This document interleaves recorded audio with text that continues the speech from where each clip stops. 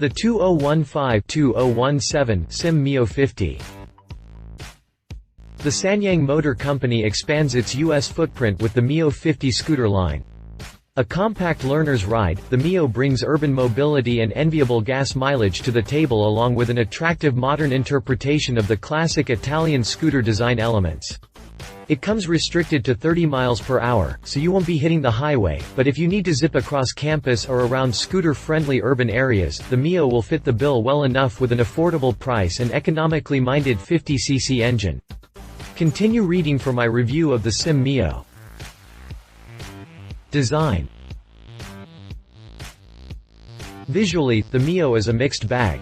It presents a fresh face to the world with recessed marker lights and dual forward lighting. The prevalent curliness sets in right up front in the cut of the front fender. In profile, the leg guard has a pronounced elliptical shape with a graceful curvature that fits with the rest of the panache, but then the factory ruins it somewhat with some afterthought class side reflectors. Just saying guys, but maybe a set of fork slider reflectors would have been better instead. Up top, a compact pair of round mirrors join the vestigial flyscreen to define the leading lines, but that little screen isn't likely to protect anything beyond the twin clock instrument panel that follows immediately behind. The cluster consists of an overly optimistic, analog speedometer that goes up to 50 miles per hour with a fuel gauge, turn signal indicator and oil pressure idiot light. I'm sure I'm in minority now, but my olalady eyes do like the sweep gauges since they're easier to take in at a glance and don't get lost in bright light like the LCD displays can. A clean inner fairing yields to the complete step-through for my favorite tween feet storage spot, and dead easy mounting for the 29.9-inch high saddle. In a departure from the norm, SYM placed the fuel filler neither in the fairing nor the under-seat compartment but instead located it in the tail with a one-touch, swing-away filler cap meant to keep your hands clean during refueling. A chrome grab rail around the rear of the P-pad gives the passenger a place to hang on, and it can serve as an anchor for a bungee net for a little more non-dry storage. Standoff, bullet housing turn signals join the pentagonal tail light and tag holder to finish out the sweeping curve of the rear body panels. The arc of this sweep is probably the most dramatic design component, and that detail, however small, makes a huge difference in the overall look. It's not exactly a knockoff scoot, but fans of Italian-made rides will find a number of familiar features on the Mio. Chassis. SYM stayed away from the monocoque-style structure, and instead used a tubular steel underframe to support the ride. Hydraulically dampened, telescopic front forks float the front end with a typical, unit swing Drivetrain and monoshock in back, and that pushes the 10-inch wheels out to 46.45 inches long at the axles. Aluminum rims round out the rolling chassis, and while I'd usually tout the benefits of keeping unsprung weight low, this ride simply doesn't go fast enough for that to be much of a factor. Weight capacity is light at only 242 pounds, so if you plan on carrying a passenger, you'd both better be watching your weight. At least the 1.27-gallon fuel capacity won't gobble up much of that when laden with a full load of fuel. A hydraulic caliper bites the single 160mm front disc, but SYM relies on an old-fashioned, 95mm, mechanical drum to slow the rear, and keeps things simple with no ABS or linked brakes to clutter up the works. Drivetrain. The beating heart is a 49cc, air-cooled thumper. It runs a moderately hot 12.6:1 compression ratio, and yes, that premium fuel is going to cut into the operational economy just a bit, but at around 100 mpg, you shouldn't need to fill it up very often.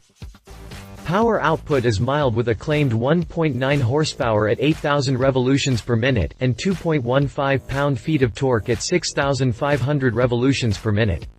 If that seems low, just bear in mind that this thing comes governed for a 30 miles per hour top speed and is pretty much a Euro trainer scoot, so don't expect too much out of it and you won't be disappointed.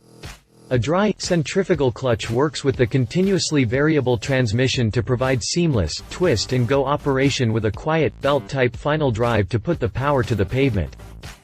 This is a very basic engine, yet it still manages to meet EPA, DOT and CARB specifications with an outstanding mileage rating to boot. The only real technological star to be found here is within the cylinder, where SYM's Ni-6 ceramic cylinder coating replaces the old heavy cast iron liner with something that wears longer and conducts heat better. It's not much, but there it is. Price. The sticker has got to be one of the biggest selling points here.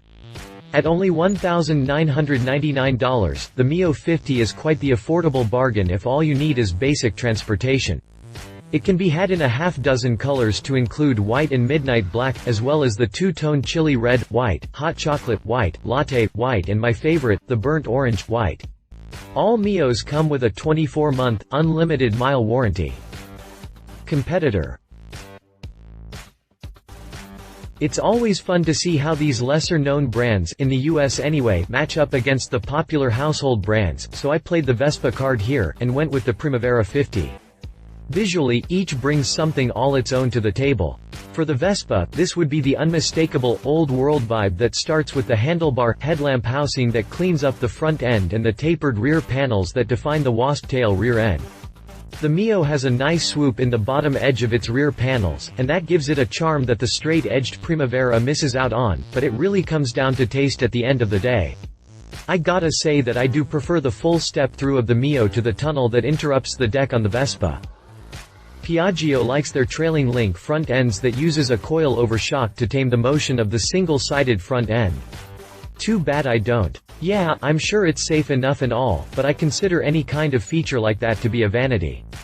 Give me the old tube and slider suspension like the Mio any day. Vespa packs in more fuel capacity with a 1.6-gallon tank, only 1/3 of a gallon difference, but there it is. The Primavera brings more breakage with a 200mm hydraulic disc up front and a 140mm mechanical drum in back, but it uses a stressed skin, monocoque assembly of which I have never been a fan.